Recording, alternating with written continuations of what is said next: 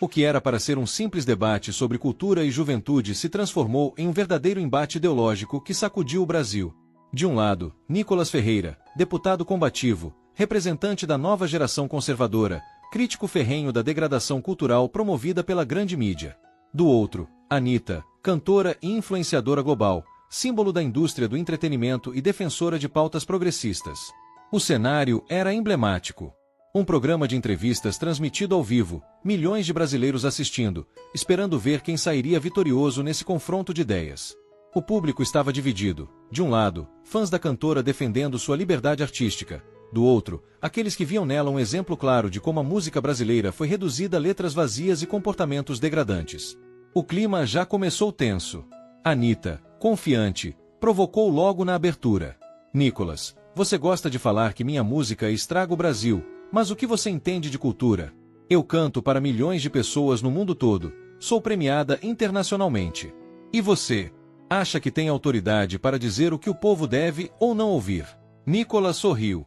A armadilha era clara, tentar pintar sua crítica como censura. Mas ele estava pronto. Anitta, cultura não é só sobre números. O funk também lota shows, mas o que ele entrega para a sociedade? Valores ou degradação? O que você está promovendo? Arte ou um espetáculo de vulgaridade que incentiva o pior comportamento possível? A plateia reagiu imediatamente. A internet começou a ferver. O embate estava apenas começando, mas já estava claro que Nicolas não estava ali para se intimidar. Ele estava pronto para desmascarar o que realmente estava por trás da indústria musical brasileira e como ela foi usada para moldar a mentalidade de uma geração inteira. O estúdio estava carregado de tensão. Anitta, acostumada a ser aclamada pela mídia e defendida por uma bolha progressista, agora enfrentava um adversário que não tinha medo de dizer a verdade. Nicolas Ferreira se manteve firme, sem se deixar levar pela postura arrogante da cantora. Anitta, ninguém está questionando seu sucesso comercial. A questão aqui é outra. Qual o impacto da sua música na sociedade? O que você está ensinando aos jovens? Que valores você está promovendo? Anitta cruzou os braços, tentando demonstrar confiança. Eu faço arte. Se minha música incomoda, é porque ela mexe com padrões antigos e conservadores. Eu dou voz às mulheres, eu mostro empoderamento. Nicolas não perdeu tempo. Empoderamento. Você chama letras que incentivam promiscuidade e objetificação de empoderamento? A cultura deveria elevar as pessoas, não reduzi-las a instintos básicos. O que você faz não é revolução cultural, é uma estratégia para alienar uma geração inteira. A plateia reagiu com murmúrios. Anitta riu, mas sua expressão revelava incômodo. Ah, entendi.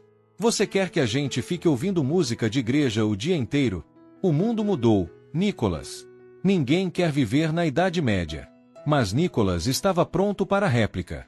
O mundo mudou, mas nem tudo foi para melhor. Você quer falar de modernidade, mas o que você promove é o retrocesso. Você defende um Brasil onde garotas de 12 anos rebolam ao som de letras que falam de sexo explícito. Isso não é progresso, Anitta. Isso é a degradação total da cultura nacional. O silêncio tomou conta do estúdio. A verdade foi dita sem rodeios. Pela primeira vez, Anitta não tinha uma resposta ensaiada para se proteger. Ela tentou desconversar, mas Nicolas não parou. Não é coincidência que a grande mídia, as gravadoras internacionais e até políticos incentivem esse tipo de cultura. Quanto mais os jovens estiverem focados em banalidades, menos questionam o que realmente importa. Você não percebe que faz parte de um sistema que quer manter as pessoas alienadas. A internet explodiu. Nicolas Ferreira havia colocado em palavras aquilo que milhões de brasileiros sempre perceberam, mas nunca ouviram na televisão. O embate estava apenas começando, mas uma coisa já estava clara. Anitta não conseguiria sair dessa com frases de efeito e discursos prontos. A tensão no estúdio só aumentava. Nicolas Ferreira havia desmontado a narrativa de Anitta em poucos minutos, deixando-a sem a habitual blindagem que a mídia sempre lhe proporcionou. Mas ela ainda tentava manter a pose. Nicolas, você fala muito sobre o que eu faço, mas a verdade é que ninguém é obrigado a ouvir minhas músicas. Se fazem sucesso, é porque o povo gosta. Você quer censurar a arte porque não concorda com ela? Isso é autoritarismo disfarçado de moralismo. Nicolas sorriu. Ele já esperava essa resposta. Então quer dizer que tudo que faz sucesso deve ser aceito sem questionamento? Essa é sua lógica. Você acha que uma sociedade que consome conteúdo de baixa qualidade, sem reflexão, sem valores, está indo para o caminho certo? Isso não é liberdade, Anitta. Isso é manipulação cultural. A plateia murmurava.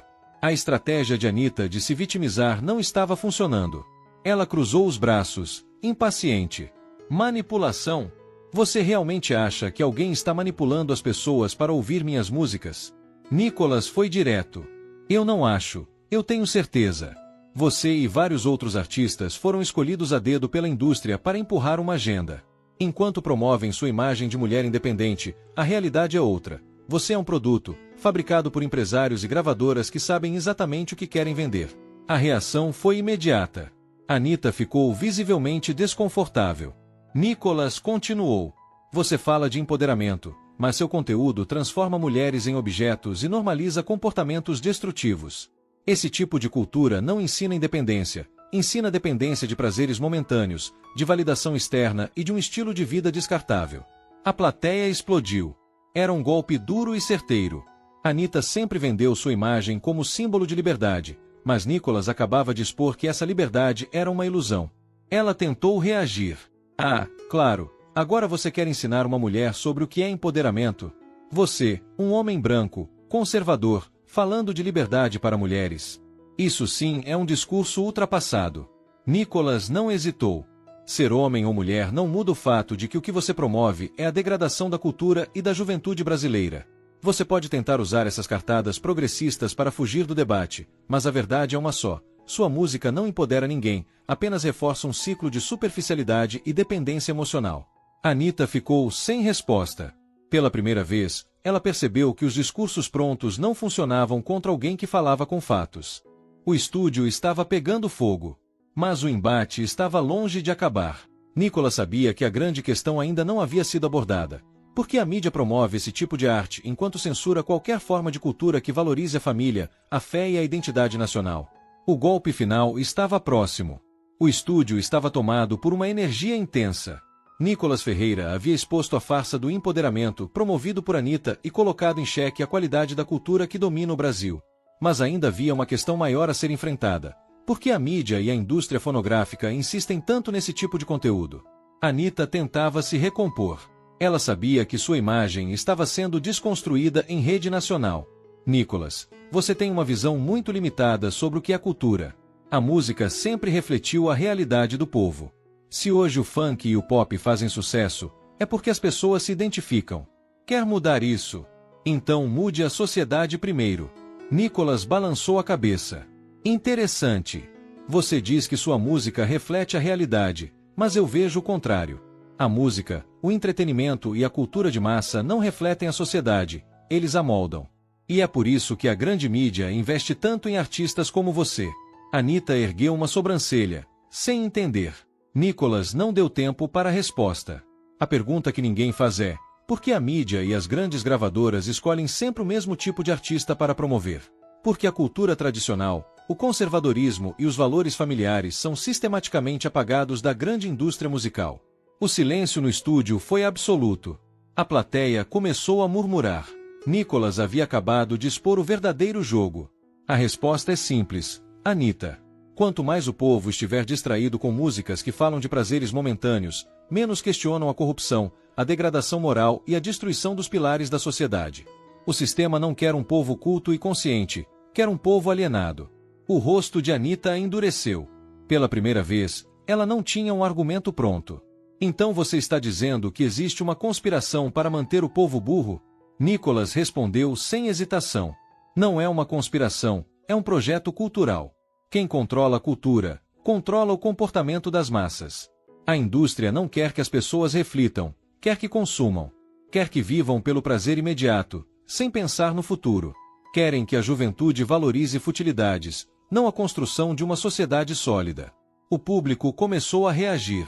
Algumas pessoas na plateia aplaudiam, outras trocavam olhares nervosos. Anitta percebeu que havia perdido completamente o controle da narrativa. Nicolas não parou.